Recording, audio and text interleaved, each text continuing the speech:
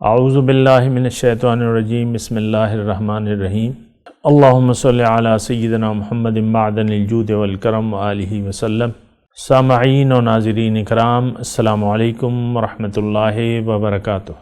آج کا ہمارا موضوع یہ ہے کہ بے حیائی کیا ہے۔ دیکھیں، گزشتہ نشست میں بھی میں نے آپ کو بتایا تھا کہ بے حیائی یہ ہے کہ آپ اپنے رب کے حکم کے سامنے اپنا حکم جاری کرنا شروع کر دیں۔ عام طور پہ دیکھ لیں، ایسے ہی ہو رہا ہے۔ ہم زندگی اللہ کے حکم کے مطابق تھوڑی گزار رہے ہیں۔ اپنی مرضی، بھائی میری مرضی ہے۔ عام طور پہ آپ دیکھیں، اللہ کے حکم کا کوئی پاس ہی نہیں ہے، نہ اس کی ہم کوئی ضرورت محسوس کرتے ہیں۔ تو یہ کھلی بے حیائی ہے، اس بات کو نوٹ کر لیں۔ حضور صلی اللہ علیہ وسلم نے فرمایا ہے، اذا ترکت الحیا فافعل ما شئت۔ اگر تم نے حیا کو چھوڑ دیا، جو مرضی آئے کرو۔ یعنی آپ کو اللہ کے حکم کا پاس ہی نہیں ہے، نہ رسول کی جو طریقہ ہے یا ان کے جو احکامات ہیں یا جو ان کی تربیت ہے، آپ نے معاذ اللہ اس کو ہم نے جوتے کی نوک پہ رکھ لیا ہے۔ کہنا پڑتا ہے، یہ تو دیکھیں، یہ قرآن کے احکامات یہ ہم اپنے پاؤں تلے روند رہے ہیں۔ اگر آپ یعنی زبان حال سے دیکھیں، قرآن کو تو ہم نے بالکل ترک کر دیا ہے، قرآن کو ترک کر دیا ہے۔ تو بہرحال یہ ساری باتیں جو ہیں، اس پہ ذرا سوچنا ہوگا کہ ہم کس طرف جا رہے ہیں، ہم کیا کر رہے ہیں، ہم کہاں پہ کھڑے ہوئے ہیں، ہمارا مقام کیا ہے۔ تو ہمارا مقام جو ہے وہ آپ کو معلوم ہے، اور ہماری جو مسلمان امت ہے اس کا بھی آپ دیکھ لیں کہ جو ذلت کے کنارے پر یہ کھڑے ہوئے ہیں اور ذلت کے گڑھے میں ہیں۔ یہ مسلمان تو غالب ہوتا ہے، انتم الاعلون ان کنتم مؤمنین، تم غالب ہوگے اگر تم مومن ہو۔ اس کی ہمیں کوئی پرواہ نہیں ہے، ہمیں تو بس خواہشات نفس۔ ہمارا بڑا معبود کون ہے؟ ہمارا نفس ہے۔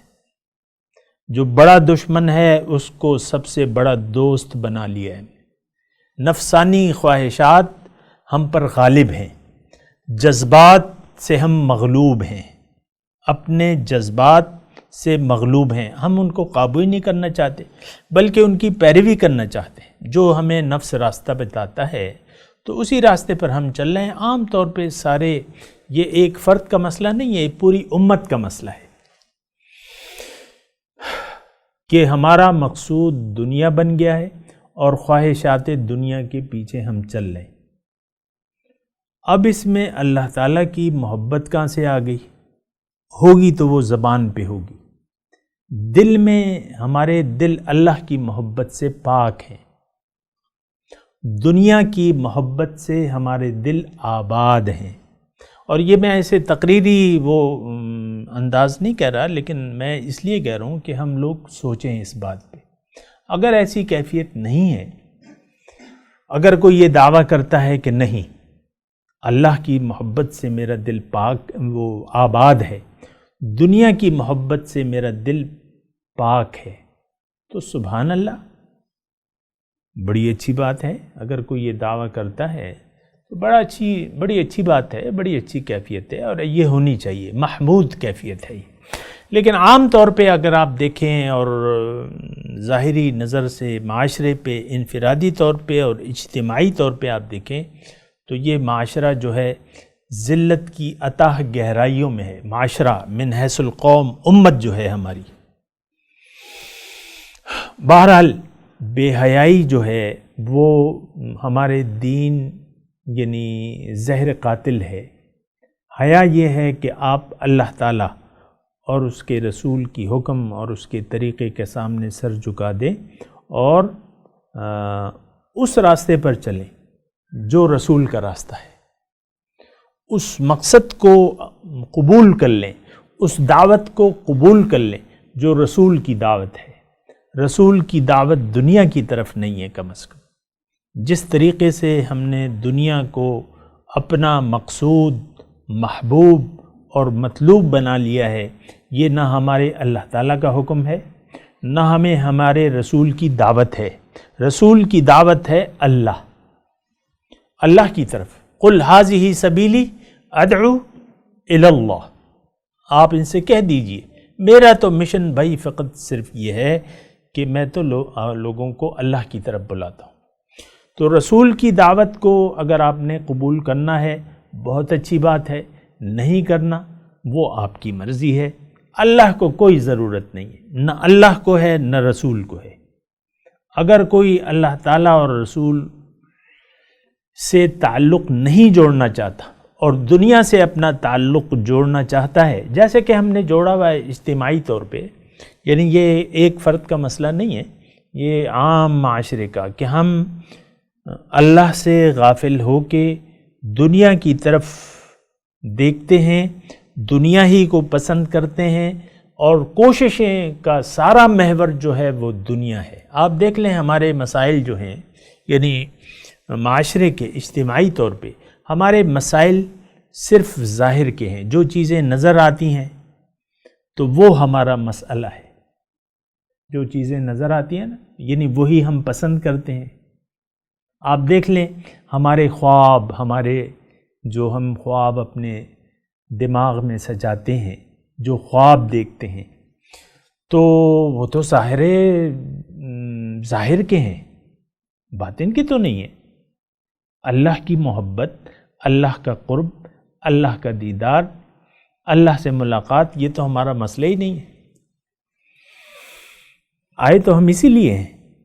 اس بارے میں ہمیں سوچنا ہوگا. آئے تو ہمیں اللہ تعالیٰ نے ہمیں اپنے لیے پیدا کیا ہے، اور رسول صلی اللہ علیہ وسلم کا فرمان ہے، اور وہ واضح طور پہ ہمیں فرماتے ہیں کہ لوگوں، دنیا کو اللہ تعالیٰ نے تمہارے لیے پیدا کیا ہے اور تمہیں اللہ تعالیٰ نے اپنے لیے پیدا کیا ہے.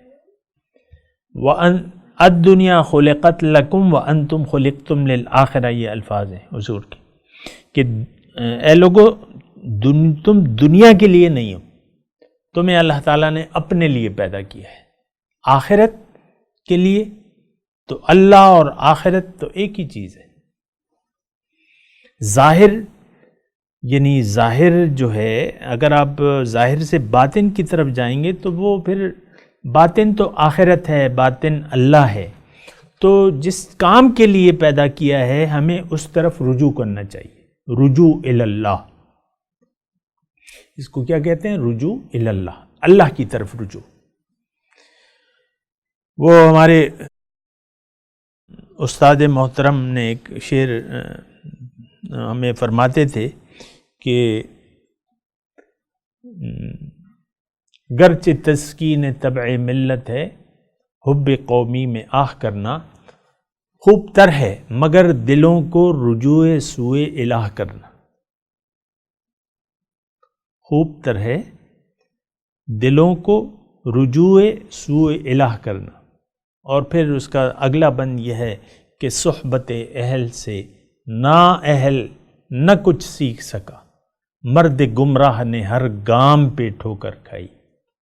بہرحال یہ سارے مضامین ہیں، اور اس کے بارے میں ہمیں سوچنا ہوگا، اپنی راہ کا ایک صحیح تعین کرنا ہوگا. دنیا میں اپنے زندہ رہنے کے لیے ایک مدعا بنانا ہوگا. یہ دنیا جو ہے یہ کام کی جگہ ہے. یہاں ایک آپ نے مقصد بنانا ہے، اپنے لیے مقصد بنانا ہے. ہم اوروں کی فکر میں رہتے ہیں اور اپنے بارے میں ہم نہیں سوچتے. ہمیں اوروں کی فکر ہے، میرے بچے کامیاب ہو جائیں اور میرے بچوں کے مسائل حل ہو جائیں اور یہ ہو جائے اور وہ ہو جائے، بلکہ یعنی اس میں ہم اپنے آپ کو جو ہے اپنے آپ کو بھول کے پھر غیر کے لیے جی رہے ہیں. اگر آپ اپنے ظاہر کے لیے بھی جی رہے ہیں، یہ بات آخر میں آپ کو نوٹ کرا دوں، اگر آپ اپنے ظاہر کے بارے میں پریشان ہیں، اس کا مطلب یہ ہے کہ آپ اپنی حقیقت سے بے خبر ہیں. اس کا مطلب یہ ہے کہ اللہ سے آپ کا تعلق کٹا ہوا ہے. اس کا مطلب یہ ہے کہ آپ رسول سے تعلق قائم ہی نہیں رکھنا چاہتے.